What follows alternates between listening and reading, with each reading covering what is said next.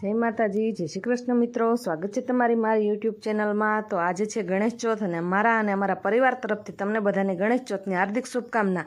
અને હા, અમે ગણપતિ બાપા પાસે પ્રાર્થના કરશું કે તમારા બધા વિઘ્ન દૂર થાય।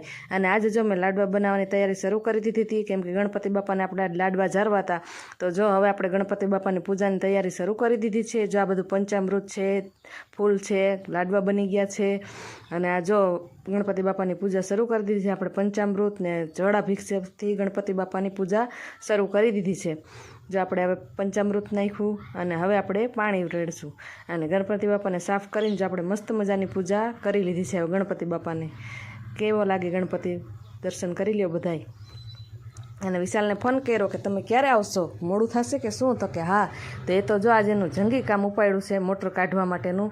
એ વિશાલ છે, હર્ષુભાઈ છે ને બીજા એના સાથી કર્મચારીઓ છે આરે બધાય આ જો મોટર કાઢે છે।